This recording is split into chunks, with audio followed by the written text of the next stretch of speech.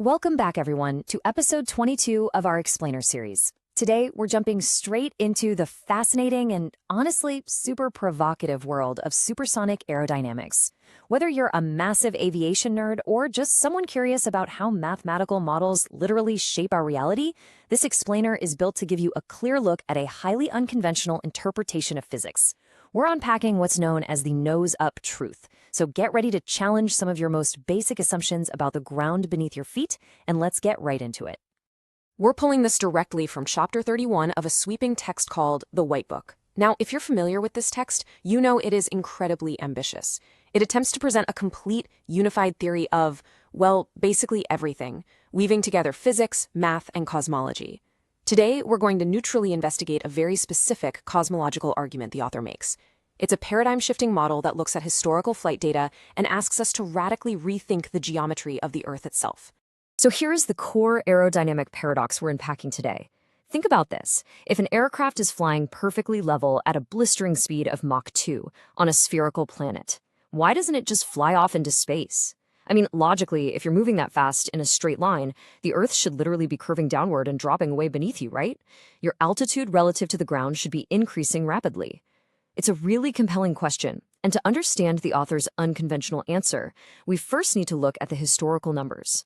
To get to the bottom of this, the text examines some incredible declassified flight data from the 1970s.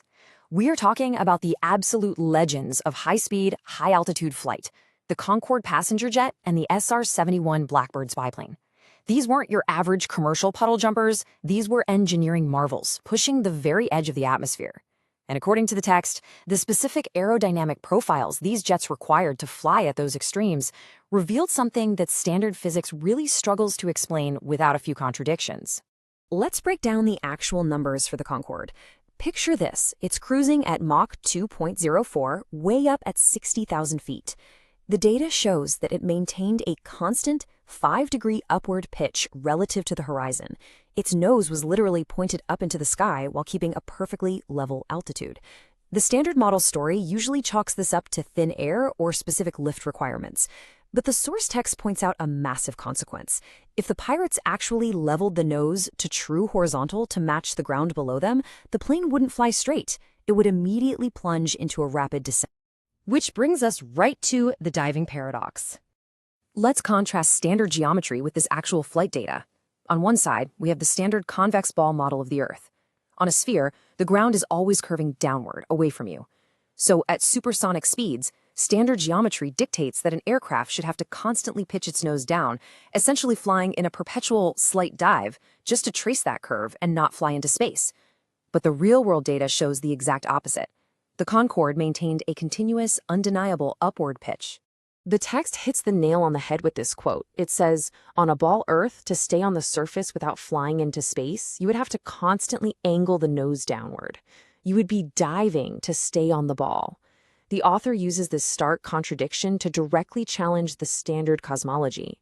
Because seriously, if the math of a ball requires you to dive just to maintain altitude, why were the most advanced jets in the world pointing their noses up? And that leads us to the nose-up truth.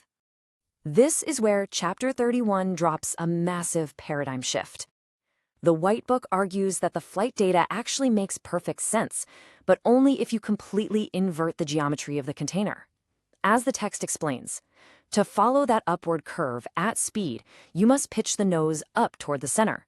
If you pitch down, you smash into the rising ground. Think about flying inside a giant bowl or a half-pipe.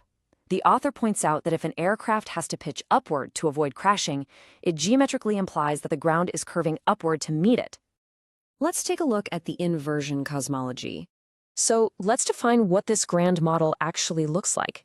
This interpretation of supersonic flight data is the bedrock for what the text calls the cosmic egg. It's a finite boundary model.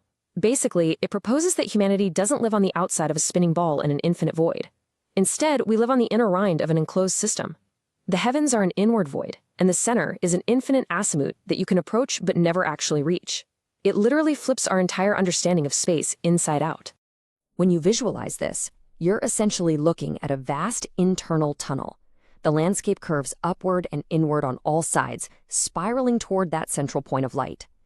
The text insists that when we look up at the night sky, we aren't staring out into some endless expanding void. We're actually gazing into the center of the exact structure that encapsulates us. The heavens are entirely within. In this geometric inversion, the author completely redefines what celestial bodies actually are. They argue that stars are not massive, distant suns burning millions of light years away. Instead, they're described as infinitesimal points of light, programmed ratios, projected onto this inner dome. It takes the sprawling, random cosmos we're used to and shrinks it down into a highly specific, engineered environment. And the author applies this inward geometry to redefine basically all universal mechanics. For instance, distance is reframed as an inverse ratio, not a physical void you cross. Light? It doesn't travel in straight lines here. It curves along the bowl and returns to the center. Even the sun and moon appearing the exact same size in the sky is explained as a perfectly scripted alignment, not a random cosmic coincidence. The text even makes the controversial claim that traveling outward into space is mathematically impossible in this enclosed geometry, concluding that the Apollo missions were a necessary Cold War illusion to hide this boundary. Which leads us to a section titled A Sovereign Inquiry. To wrap up Chapter 31, the text really pushes the reader to become an independent investigator. They hit you with this rapid-fire series of what-if questions to shake up your core assumptions. What if physics is just a model that will eventually be proven wrong? What if distance is inversely proportional? What if the real reason supersonic flight was canceled wasn't economics, but because the data too clearly exposed this inner Rhine geometry? These questions are designed to make you completely rethink the fundamental architecture of our reality. Ultimately, this enclosed system completely reframes how we experience forces. Gravity is no longer some magical pulling force of attraction from a massive object below you. The author claims existence itself is expanding, pushing outward. So what we physically feel as gravity is just that universal expansion meeting resistance against the fixed boundary of the egg. You aren't being pulled down. The ground is constantly expanding up to meet you. It is a vast, intricate, and honestly super unconventional framework that goes way beyond what we can cover in a single explainer.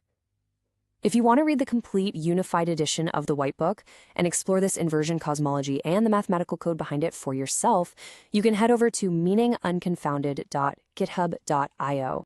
We'll leave you with this final, provocative thought from the text's conclusion.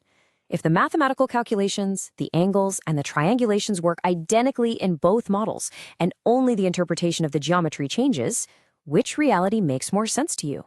The convex ball spinning in a void, or the inner rind that requires a supersonic jet to point its nose up?